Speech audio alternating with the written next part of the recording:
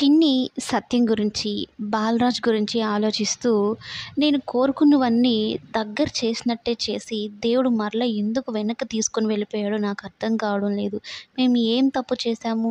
నాకే ఎందుకిలా జరుగుతుంది? అమ్మా, నాన్నలతో కలిసుండాలనుకున్న నా కోరిక క్షణాల్లోనే తీరని ఒక కలలాగా మిగిలిపోయింది అనైతే చెప్తూ బాధపడుతూ ఉంటుంది. ఎంతో ప్రేమగా చూసుకునే మావయ్యని దూరం చేసేశాడు.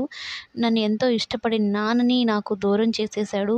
జైల్లో పెట్టేశాడు. అమ్మ 10 సంవత్సరాలు జైల్లోనే ఉండి నాకు దూరంగా ఉండాల్సొచ్చింది.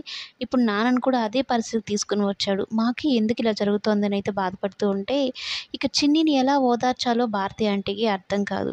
ఎలాగోలా కావేరికి ఫోన్ చేయించి భోజనం అయితే తినిపిచ్చేలా చేసింది కానీ, చిన్ని ఆలోచిస్తున్న ఆలోచనలు మాత్రం కట్టడి చేయలేకపోతారనమాట. అంతగా నాన్న పదే పదే గుర్తొస్తూ ఉంటాడు.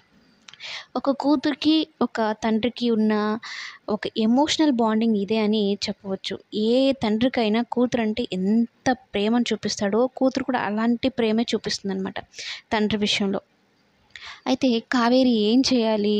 ఇలాంటి పరిస్థితుల్లో పడిపోయావేంటి? ఓ పక్క ఈ దేవ వేధింపులు, మానసికంగా టార్చర్ చేస్తూ ఉన్నాడు. ఇప్పుడు నేను ఏం చేయాలి? నా కూతురు ప్రాణాలను ఎలా కాపాడుకోవాలని ఓవైపు కావేరి, మరోవైపు చిన్ని గురించే ఆలోచిస్తూ బాలరాజు తన ప్రాణాల్ని కాపాడినప్పటి నుంచి చిన్నిని ఒక దేవతలా ఆరాధిస్తూ ఉంటాడు కదా బాలరాజు. కూతురు కోసమే కదా మారాడు.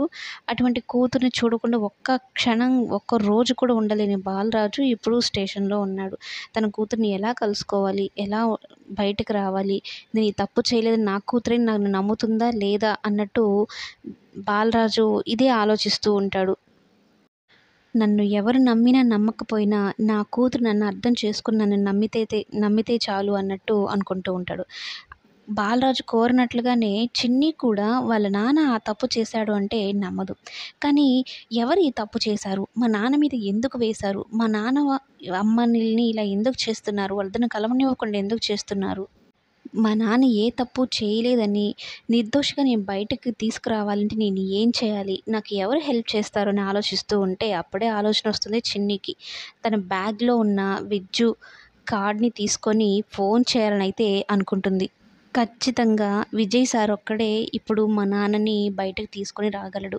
ఆయన గనక నమ్మితే ఖచ్చితంగా మా నాన్న బయటికి వస్తాడు. అప్పుడు మరలా మా అమ్మ, నేను కలిసుండొచ్చు. మా మామయ్య ఫ్యామిలీని కూడా చూసుకోవచ్చు.